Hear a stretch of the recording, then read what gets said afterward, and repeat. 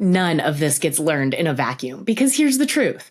This isn't the kind of leadership you pick up from a training module and a fancy title.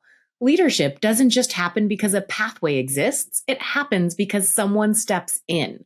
Someone teaches you the unwritten rules. Someone puts your name in a room you're not in. Someone takes a risk on you. And when I asked them who that person was for them, the answers came quickly. The mentors who've sponsored me and who have impacted me the most were the ones who gave me access. They brought me into executive conversations and advocated for me publicly.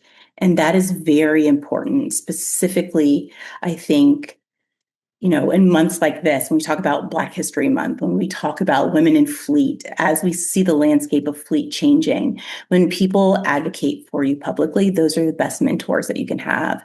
There's a difference between advice, and I think there's a difference between advocacy. Advice helps you grow, and that's very important. Advocacy opens doors. The people who said my name in rooms when I wasn't there, that's who accelerated my career. One of my meaningful mentors that I've had that really actually sparked me into this industry after joining the government space was Tom Johnson. Tom Johnson was the originator and also the person that started the 100 Best Fleet, recognizing fleet professionals on what we do on a day-to-day basis, pushing us up to let people know that we're valued, that we're important, that our job that we do helps this whole country, this whole world move forward. As you well know, fleet and transportation, fleet moves people and moves goods. And that's what keeps this country rolling. So Tom Johnson called me upon my, I think, second year within fleet, within Cobb County government, encouraged me to apply for the 100 Best. He mentored me. He took me out on speaking tours for 100 Best Fleet. He put me up there as front to have me speak on different 100 Best Fleet panels. And it really shaped and molded my career into fleet management, showing me that there is a place for people that look like me. There's a place for people that Black and brown and blue people to represent the fleet industry, because we do have value, and he saw that value in me, and he pushed me up to the forefront and let me display that.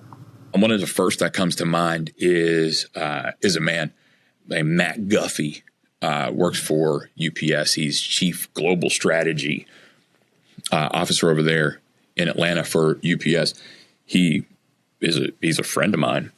And my wife was in his wedding. He helped move my career forward massively when it comes to the fleet world. He gave me an opportunity that other people wouldn't have given me, and walked me into a room that most people could have never walked me into. And he's just an amazing dude. I'll be forever grateful to him for that. There's other people like Zay over at Black Fleet Network. Another little dude named Hung, who's Gerber, one of those Gerber collision guys. That dude is super connected. And as soon as he found out what I do and what our company does, he pulled out his phone and was ready to connect me with anybody right there that very second to make sure that we can move forward. And that's the type of thing that I live for. And those are the type of people that you always want around you, the people that are going to really help you move forward and help you get to where you need to get. There's a gentleman that I will name, Mr. Tim Fitzgerald, who many of you all know and has a storied career, but also he is a real man, and what I mean by that is, he has plenty of achievements and accolades and things to boast about, but he also has lived, plenty of disappointments and what some may call failures, but that he has certainly flipped into learnings that have only refined the level of wisdom that he leads his life with. And for him to share who he is and those lessons, and really even kind of creating a hedge of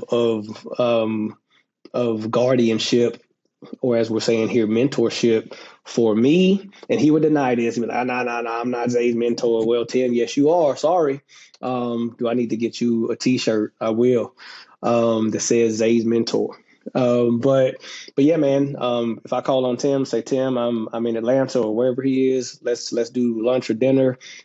He's gonna make it happen, and we're gonna both leave hopefully edified from each other's company.